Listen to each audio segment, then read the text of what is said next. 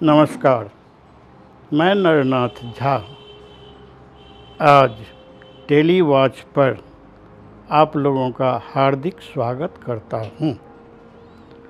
इस कार्यक्रम में मैं पंडित श्री रघुनाथ झा जी से कर्मकांड के अंतर्गत श्राद्ध विषयों पर कुछ चर्चा करने जा रहे हैं जो सभी के लिए उपयोगी है। कृपया आप इन्हें ध्यान से सुनें। नमस्कार पंडित जी, आपका बहुत बहुत स्वागत है।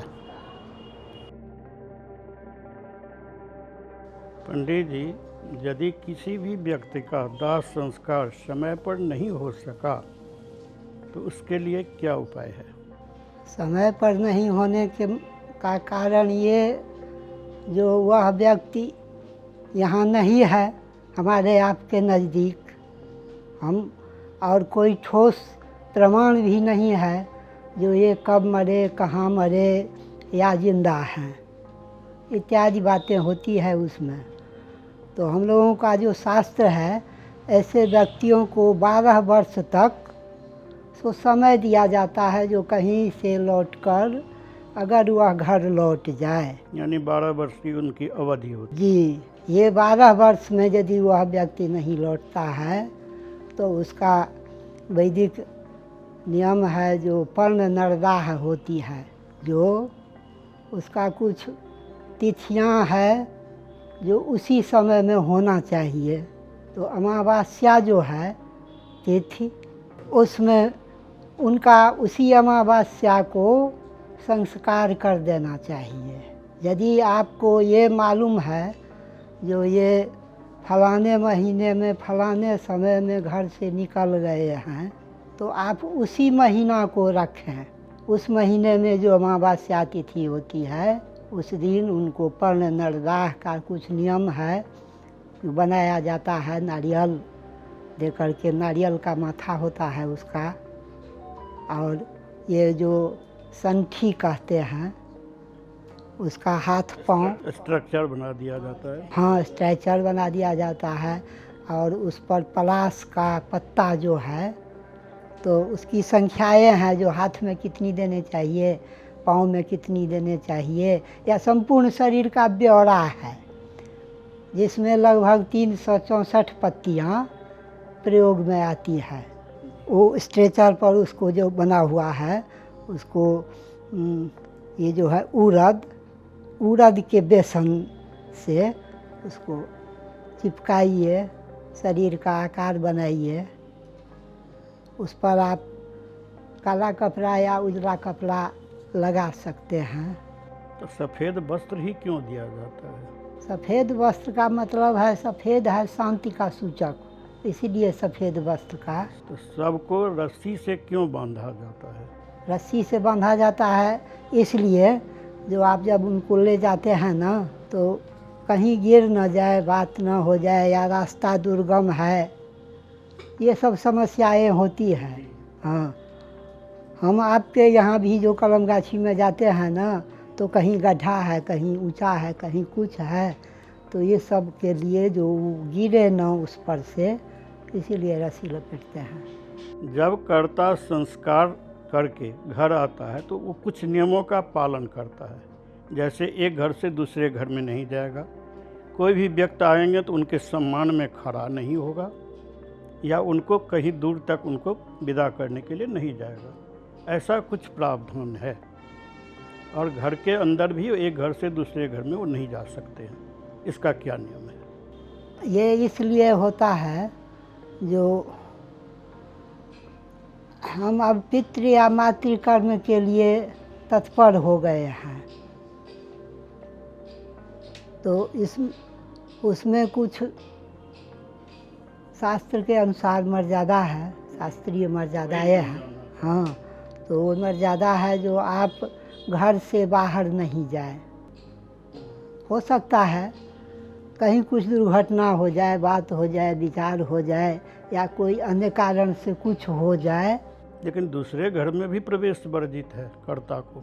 इसलिए चूँकि शास्त्रों में ऐसा कहा गया है, जो पितर को जब हम लाते हैं अपने घर पर तो वो आपके साथ रहते हैं। तो जब आप उनको साथ रखे हुए हैं तो उनको लेकर के आप कहीं जा नहीं सकते हैं। आप अगर कहीं जाते हैं तो वो आपके पीछे चलेंगे। यही सब शास्त्रीय मर्यादा है ये सब। तो इसमें बाल ठीक है, कर्ता और पाचक तो बाल कटाते हैं। घर के और भी सदस्य हैं जो उनके दियाद कहलाते हैं या जो भी संस्कार में भाग लेने के लिए जाते हैं, उनको भी बाल कटवाना आवश्यक हो जाता है। इसमें 2-3 तरह के बात हैं। पहली बात ये, जो मृतक से हमारा संबंध क्या है, संबंध के अनुसार शास्त्रों में इसकी व्याख्या की गई है। जो पितृकुल और मातृकुल यानी पितामह और मातामह, इन दोनों में आप जहाँ कहीं टेली करते हो तो शास्त्र के अनुसार आपको वह जिसे अशौच कहते हैं, भाषा में छुतका कहते हैं इत्यादि, ये होता है। तो उसमें कुछ ऐसा है जो जैसे सगोत्रीय हैं, एक कुल के लोग हैं, तो उनके लिए 10 दिन का ये होता है, 10 रात्र, 10 रात्रम जावत उनका अशौच माना जाता है।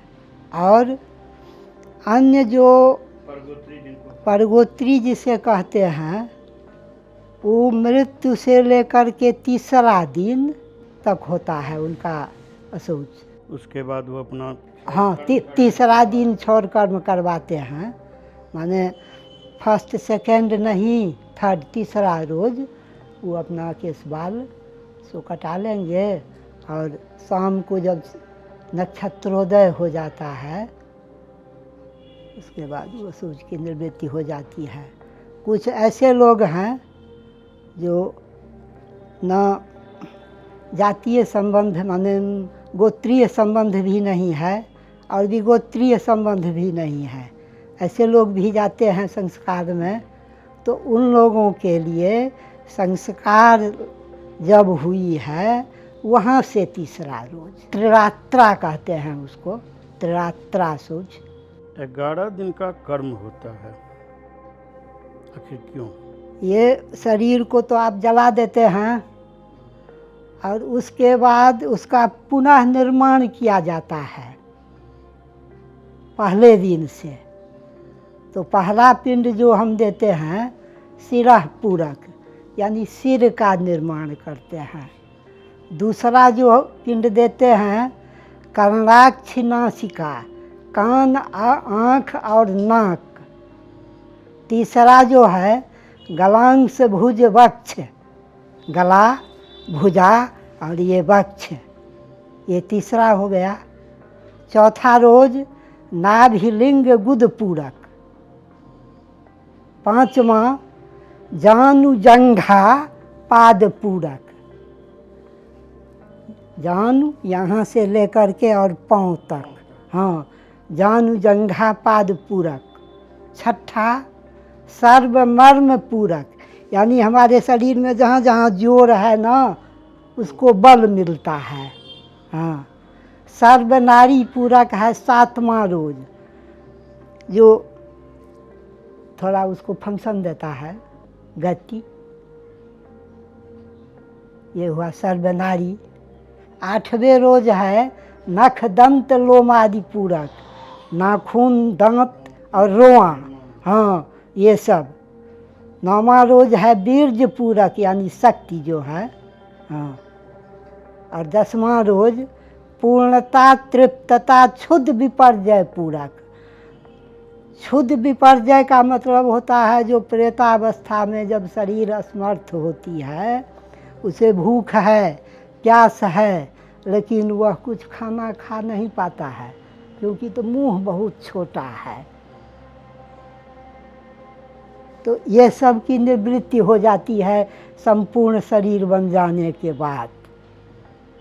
10 रोज का काम हो गया, उनका शरीर संपूर्ण 11वें रोज ये जो जोनी है एक प्रेत जोनी जो साल भर का होता है, ये प्रेत जोनी। तो उस प्रेत जोनी से मुक्ति के लिए एकादशाह का कर्म होता है। एकादशाह कर्म जो करते हैं, जब प्रेत योनि में रहते हैं तभी एकादशा का कर्म करते हैं। एकादशाह करते हैं। तो पितर कब बनते हैं?